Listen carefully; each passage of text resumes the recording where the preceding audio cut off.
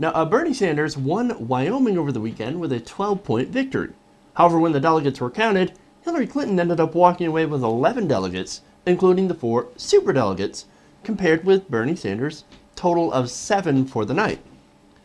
So basically, Bernie Sanders won the state, but he ended up coming out with less delegates.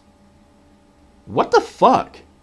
Now, I'm not the only one asking this question. The folks over at Morning Republican Joe are asking the same thing, and rightly so.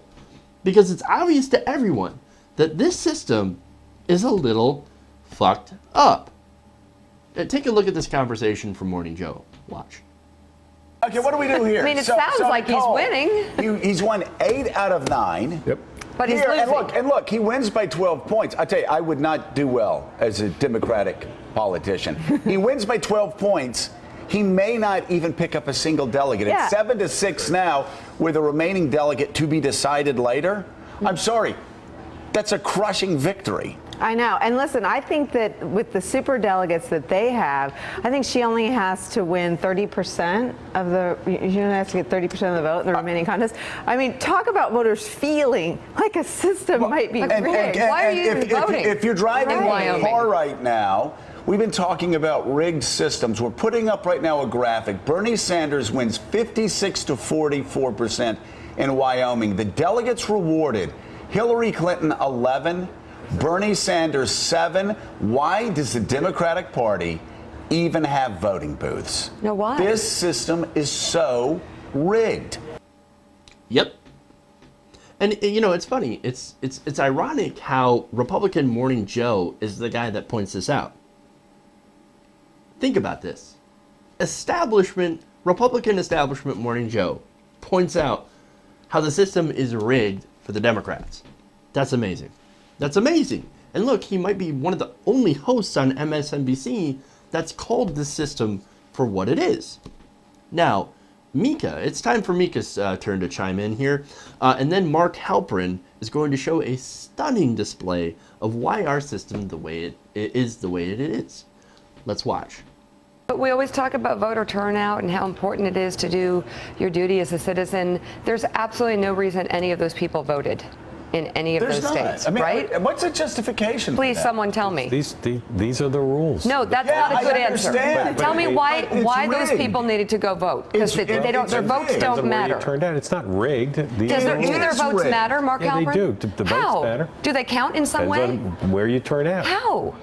I don't think it's a only good in system. some parts of the I don't country think it's it a matters? good system, but it's He not like. won by 12 percentage Why does he points defend and the system? lost the delegate I don't think it's a count. good system. All I'm saying is it's not Do you like think the it Clinton changes? people. Can I ask you, do you Don't think that the Democrats and matter. Republicans change their delegate allotment processes after this cycle? Only if the winner of the White House decides he or she wants to change it, which is unlikely. These are the rules. I don't really- All I'm saying is That's it's not what not we're like asking. the Cruz people or the Clinton people have gone in and fixed it or rigged it. Okay. Oh no, it's not rigged. It's just these are the rules. Rules that happen to be rigged against you. But did you catch that? They're the rules that are not likely to be changed by the winner of a rigged system. Now, that's very important to point out.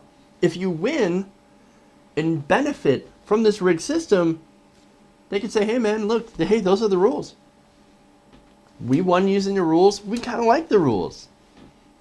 But hey, if you challenge it, man, those are the rules. We didn't make the rules. We just made sure not to change them at all. No wonder people are pissed off at our system, man. And no wonder there are people out there that don't take the time out to vote. Voting doesn't matter. Well, I used to argue that it absolutely does, but when you have systems like this, you actually begin to wonder. Now, I'm not saying don't vote. No. I'm saying on the contrary. The only way to change the system is to get more involved. The more people that are in the process, the better. Make a tidal wave so big that they can't help but notice it while it starts to crash on top of their heads. That's how you get change. That's how you get change.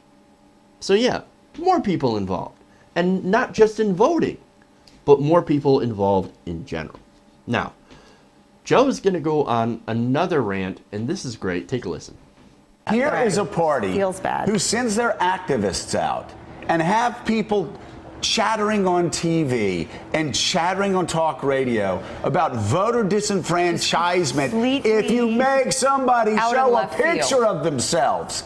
This same party tells voters to go straight to hell when they select somebody by 12 percentage points and end up letting the other candidate who lost by 12 percentage points win the most delegates. That, by definition, is voter disenfranchisement. So it is a rigged system on the Democratic side, even worse than the Republican side.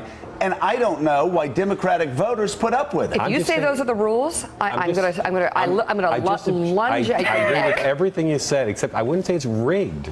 It's not rigged. It's disenfranchisement. It's not one person, one vote. What do you call it when voters going to the voting booth doesn't matter At as all. much as insiders? A Millions. messed up system. That is a rigged. It's not It is rigged. a system It doesn't- rigged against voters. It's a system rigged against people that go to voting booths. It's a system rigged against people that go out to caucuses. It is a system that is rigged in favor of the rich and the powerful and the politically connected. Okay, so Joe gets it right, and he also gets something a little bit wrong. So let me break this down. Yes, what the Democratic Party is doing with the superdelegates is disenfranchisement. There's no doubt about it. That's what it is.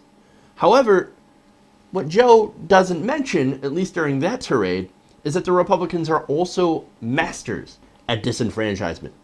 Now, the Democratic Party, for example, they use arcane rules and processes to make sure that superdelegates have more of a voice or a vote than normal delegates. Okay? The Republicans, well, they don't mess around. They straight up say, hey, fuck you. We're not going to allow you to vote at all. We're not going to make some process rules or the superdelegates. We're just going to tell you straight up, you can't vote. Haha, fuck you. That's what the Republicans do. Now, what it ends up being is that, yes, it's different tactics, but you kind of get the same effect. And what effect is that? Well, the establishment wins and the people lose. Now, we lose a lot more with Republicans, obviously, but economically, right now, the Democratic Party has benefited the rich and powerful almost as much as the Republican Party at this point, since they became more neoliberal, more corporatist. That's a problem. Now, interestingly enough, you've got, and you've just watched, rich establishment Morning Joe be the guy that has to point this out.